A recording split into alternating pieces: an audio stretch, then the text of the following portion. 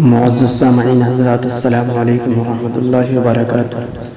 آج آپ کو بہت اہم بات بتاتا چلوں نماز کے بارے میں، ذرا غور سے سماعت فرما لیے۔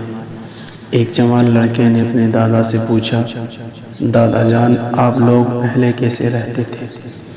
نہ کوئی ٹیکنالوجی، نہ کمپیوٹر، نہ میڈیا، نہ موبائل، نہ ٹیلی فون، نہ گاڑیاں۔